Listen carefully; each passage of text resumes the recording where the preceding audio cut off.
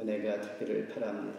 오늘 주신 말씀의 제목, 어떤 사람이 되어야 마땅하냐. 그래서 사도 베드로는 오늘 본문을 통하여 작별 스피치를 하고 있습니다. 성도여 성장하십시오. 주님의 재림을 소망하십시오. 그러면서 빛 가운데 살아가기를 바랍니다. 그러나 끝까지 달려가기 위해서 거짓 선지자들이 있는데 그들을 주의하라고 당부하면서 우리에게 이것들을 이길 수 있는 영적인 성장이 지속적으로 있기를 소망합시다. 성도의 마땅한 교훈이며 마치 자전거를 타고 가는가 차가 계속 쉬지 않으려고 달려가야만 쓰러지지 않는 것처럼 말입니다. 지속적으로 지나가는 신앙, 지속적으로 발전하고 쉬지 아니하는 우리 신앙이 우리를 살게 하고 그 목표 지점까지 이르게 한다라는 것입니다. 이런 말씀을 하게 되는 사도 베드로의 뜻이 여기에 있습니다. 4절에 보면 주께서 강림하신다는 약속이 어디 있느냐. 조상들이 잠수로부터 만물이 그냥 있다 하니, 마치 지난해에 있었던 것처럼, 지난달에 있었던 것처럼, 어제 있었던 것처럼 오늘도 여전히 동일하지 않습니까? 변화가 어디 있습니까? 라는 여전히 그런 생각을 가지고 있는 자가 있기에 사도 베드로는 그 말에 놀라 이 말씀을 꼭 하고 싶은 것입니다. 그러한 잘못과 잘못된 이해와 생각을 어떻게 우리가 고쳐먹고 바른 생각으로 시대를 분별하면서 주님의 재림을 소망할 수가 있을까라고 하면서 베드로 후서를 쓰고 있는 것입니다. 듣는 자들에게 어떤 사람이 되어야 마땅합니까? 여러분, 내 자신을 돌아보면서 하나님께서 이런 질문을 한다면 여러분 각자의 질문을 듣고 대답이 각각 다를 수 있겠으나 여러분 어떠한 사람이 되기를 마땅히 여깁니까? 라는 것입니다. 이러한 질문 앞에 사도 베드로가 권면하는 하나님 말씀 안에서 함께 돌아볼 수 있는 시간 되기를 원합니다. 먼저 거룩함과 경건함으로 서라. 11절 함께 읽겠습니다. 시작. 이 모든 것이 이렇게 풀어지리. 너희가 어떤 사람이 되어야 마땅하냐. 거룩한 행실과 경건함으로. 만일 여행자가 있다면 하룻밤 스테이하는 그곳을 더욱더 좋게 발전시키고 아름답게 꾸미고 관리하고 이를 위해 투자하고자 하는 사람이 있겠는가? 아무도 없을 것입니다. 그냥 그 시간 하룻밤 머물고 가는 것으로 만족하는 것이죠. 마치 예수 안에 있는 저와 여러분들은 천국을 소망하기에 오늘도 우리에게는 진정한 투자와 관리와 관심과 심써야 할 것들이 우리에게 있다면 바로 거룩함과 경건함이다라는 것입니다. 하나님 말씀을 믿고 따르면서 이렇게 살고자 애쓸 뿐입니다. 그러다 보면 하나님께서 나와 함께 하심을 늘 인식하면서 임마누엘 은혜로 살아가는 것입니다. 사도 베드로는 10절로 13절까지 예수님께서 재림하시면 일어날 세상에 대하여 심판에 대하여 이렇게 말씀합니다. 예수님 다시 오실 것인데 그때의 모습은 이미 말씀하신 것처럼 구름 타고 주님께서 오실 것입니다. 예수님께서 도적같이 오실 것입니다. 난 몰래가 아니라 그러나 모두가 알아들을 수 있도록 하나님은 호령과 나팔 소리로 오시는데 모든 눈이 그를 볼 수 있도록 오신다. 그리고 주님께서 오시는 그 모습은 승천하셨던 그대로 그 모습으로 오실 것이다 라고 하면서 승천하실 때 바라보는 자들에게 약속하셨습니다. 결국 10절에 보면 주의 날은 우주가 소멸되는 것으로 끝을 냅니다. 그럼 우리가 여전히 살고 있는 이 땅에서 주님 재림하실 때 다 소멸된다면 내 자신도 소멸되지 않겠는가? 그러나 없어지는 것이 아니라 풀어 내려지고 녹아져 내리며 그 순간에 우리에게 구원의 소망과 약속은 새 하늘과 새 땅을 보게 하시는 것입니다. 마태복음 24장 30절에 그때 인자가 징조가 하늘에서 보이겠고 땅의 모든 족속들이 통곡하며 그들이 흰자가 구름을 타고 능력과 큰 영광으로 오는 것을 보리라. 12절에는 하나님의 날은 우주가 소멸되고 새로 시작되는 새 하늘과 새 땅이 펼쳐지는 영원한 세계가 될 것입니다. 만약 우리가 생명을 다할 때까지 주님 오시지 않으면 어떠하겠습니까?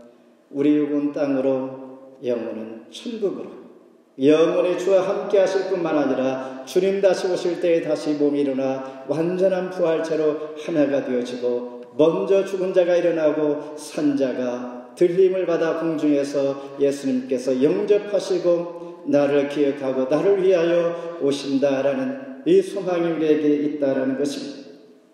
그러므로 우리는 어떠한 사람이 되어야 하는가? What kind of people? 마치 의문문으로 시작되는 것 같은데 의문문이 아니라 감탄사로 종말적인 삶을 지속적으로 여러분 살아가십시오라는 그런 의미입니다. 성경에서 가장 오래 산 인물이 바로 있다면 무두셀라라는 사람입니다. 그분은 969세까지 살았습니다. 100세까지 산다면 이분은 10배를 산 사람입니다. 그런데 영원한 생명을 얻지 못한다면 이분이 과연 행복할까? 100세를 산 사람이나 969세를 산 사람이나 똑같다는 것입니다. 하나님 보실 때는 그냥 하루살이에 불과합니다.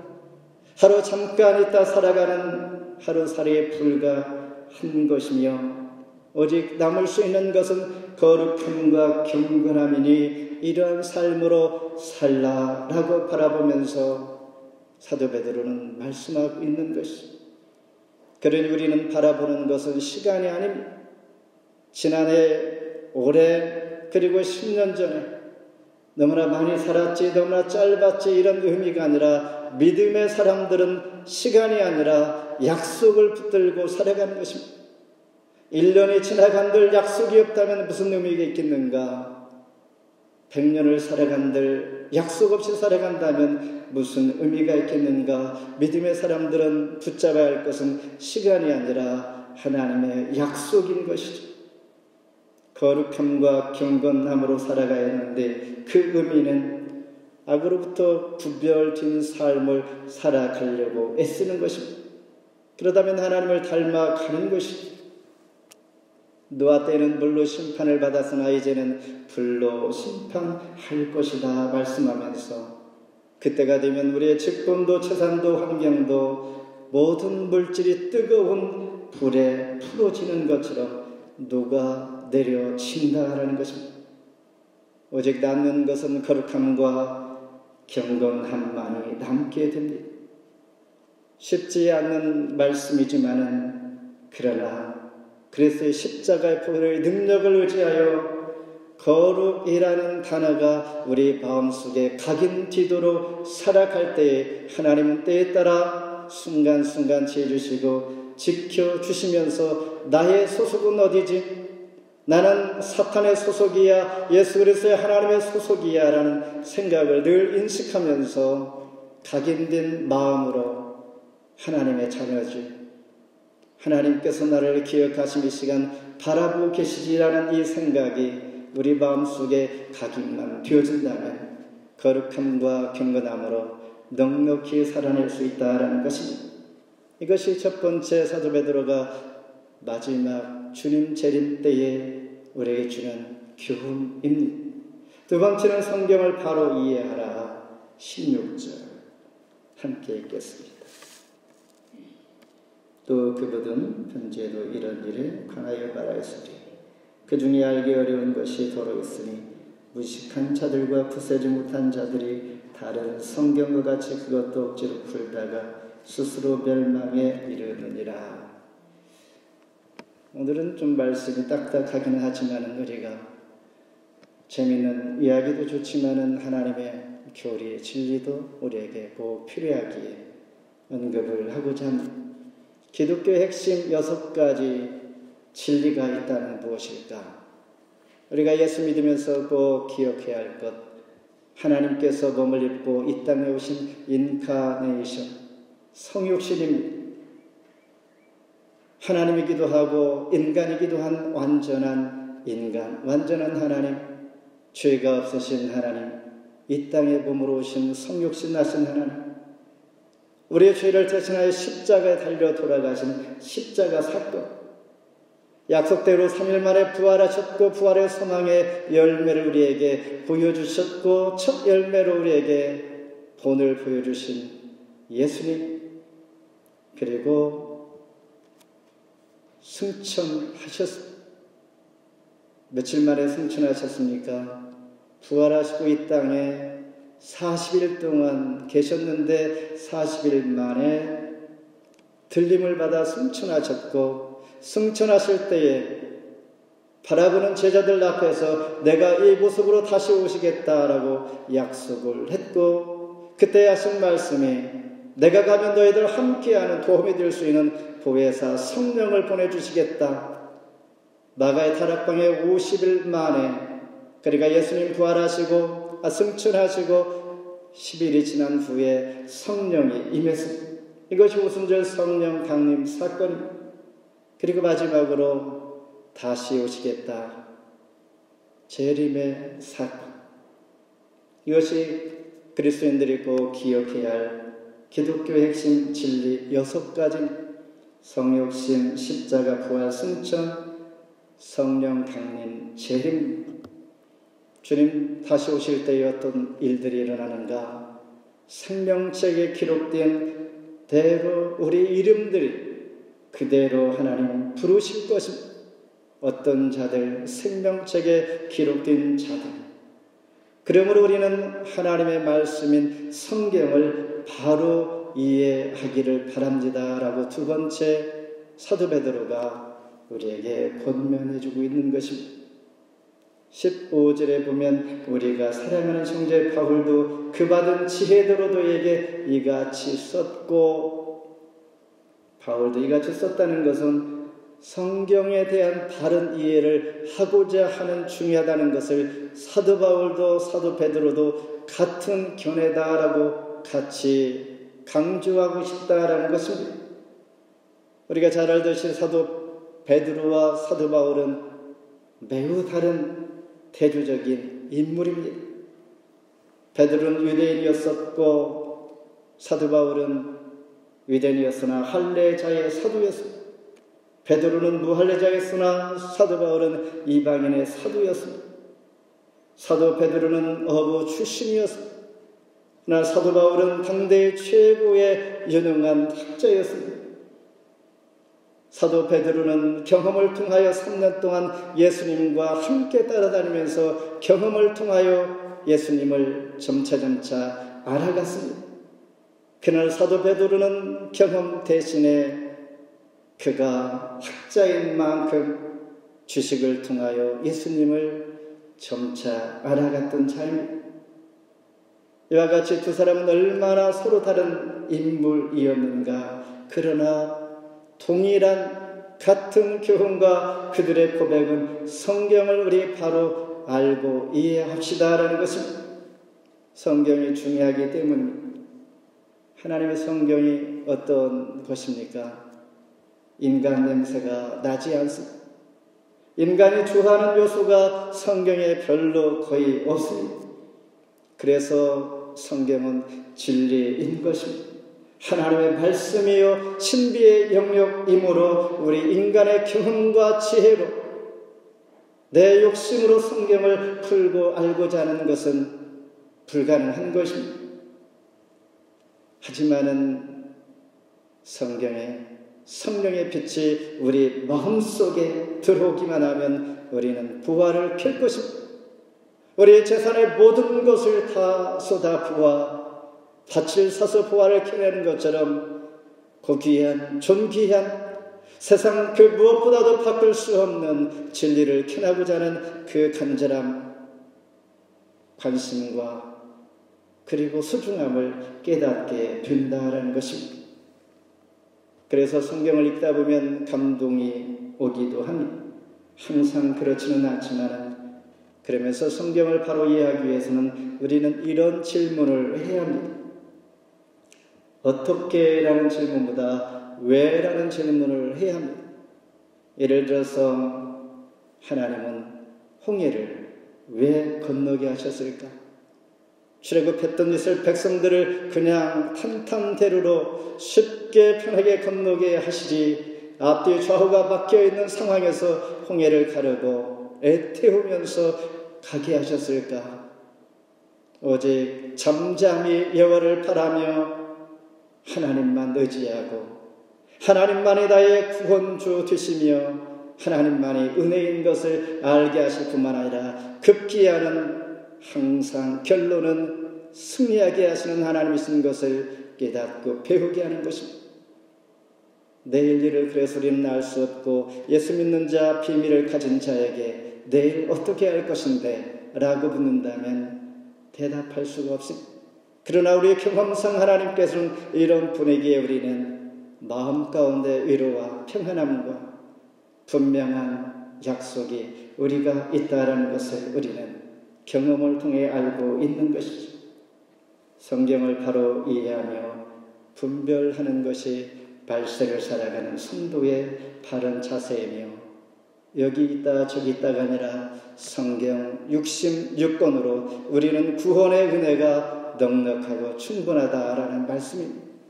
마지막으로 미혹에 이끌릴까 주의하라.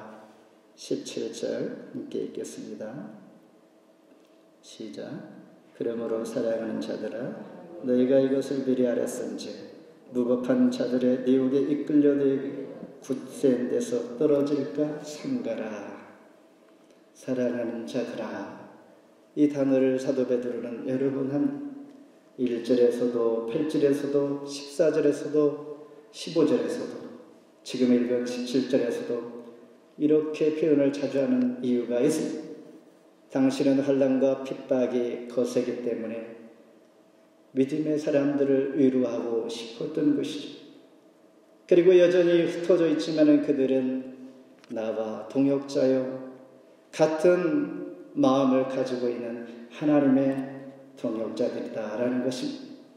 그러면서 이들에게 미혹이 우리에게 가까이 왔으니 미혹에 이끌리지 않도록 주의하자라고 간절히 권면하면서 베드로 전후서의 마지막 절을 이렇게 끝맺습니다. 17절에 보면 굳센 데서 떨어질까 삼가라. 18절 마지막 절에는 그를 아는 지식에서 자라가라. 떨어질까 조심하고 지식에서 자라가라. 이게 두 가지 명령형입니다. 따로 있는 명령형이 아니라 연결된 명령형, 굳게 서야 지식 안에서 성장할 수가 있는 것입니다. 지식으로 잘 성장해야 굳게 또한 설 수가 있다라는 것입니다. 세상에서 가장 뿌리 깊은 나무가 있다고 하는데 사막에 사는 도치아라는 나무라고 합니다. 이 나무는 무려 68m까지 깊이 뿌리를 내려서 물을 끌어올려 살아낸다고 합니다. 68m면 아파트로 치면 거의 25층 정도는 깊이 내린다고 합니다. 우리 신앙 뿌리도 이와 같이 깊이 내릴 때에 흔들리지 않는 것이고 사도 베드로가 우리에게 권면하는 그 말씀대로 살아낼 수 있는 그러한 성도를 의미하는 것입니다. 당시에 거짓 선생들이 많아서 성도들의 삶이 비참해집니다. 잘못된 진리를 외침으로 주님 당장이라도 올 것 같이 모든 우리의 일들을 손을 놓고 생활은 형편이 없이 가버리는 비참하게 되게 만들고 말씀을 왜곡하고 교회를 병들게 하고 하나님을 바로 바라보지 못하게 하고 진리를 함부로 훼손하는 일들이 너무나 많이 있었기에 사도 요한일서 4장 1절에서 사랑하는 자들아 영을 다 믿지 말고 오직 영들이 하나님께 속하였는가 분별하라. 많은 거짓 선지자가 세상에 나왔음이라. 비행기로 여행할 때 우리는 내가 어딘지 모르지만 여행 중에 중간중간 도착지의 시간과 나의 위치를 정확히 실시간으로 보여주니 우리는 혼란스럽지 않습니다. 비행기가 흔들릴지라도 몇 시에 도착하고 어디쯤 왔다라는 것이 내가 알고 있기 때문입니다. 하나님의 백성들도 그렇게 약속 있는 자들은 지금 혼란스럽고 어지럽고 미혹하는 자리 많이 있을지라도 믿음의 뿌리를 내리고 약속이 분명히 있다면 우리는 이 세상 혼란스럽지 않다라는 것입니다. 말씀을 맺습니다. 사도 베드로는 이 말씀을 쓸 때에 인생의 마감 시간입니다. 이렇게 편지를 기록합니다. 사도 베드로는 예수님의 수제자였습니다. 예수님께서 승천하실 때 감람산에 올라가서 승천하시는 예수님의 모습을 직접 그는 목격하고 바라보았습니다. 그 기억이 생생하니 그 모습으로 다시 오신다고 했으니 이 소망, 재림에 대한 소망이 얼마나 간절하겠는가. 우리는 보지 않고도 이렇게 말씀으로 소망하는데 직접 봤던 그가 예수님의 수제자가 재림에 대한 소망으로 그 인생을 마감할 때에 꼭 하고 싶은 유언과 같은 말씀이 바로 예수님께서 다시 오시리라. 이 말씀을 잊지 아니하시고 우리에게 너희가 어떠한 사람이 되어야 마땅하냐? 너희가 어떤 사람이 되기를 원하는가? 라는 질문과 함께 여러분 주님을 닮아가기를 원합니다. 우리가 하나님 앞에 어떤 존재이며 얼마나 중요한 존재인가를 이 시간 다시 한번 생각하면서 스스로가 질문하기를 바랍니다. 나는 하나님의 부름을 받은 자, 그는 여기에 걸맞는 거룩함과 경건함, 그 성품을 늘 기억하면서 쉽지는 않지만 거룩이라는 단어가 나의 마음을 각인하면서 하나님의 약속을 늘 바라봅시다. 단순히 주님 재림으로 구원받는 그런 신앙이 아니라 재림 후에 그리스도인들을 위한 준비한 새 하늘과 새 땅이 우리에게 열려질 것을 소망합시다. 아멘. 기도합니다.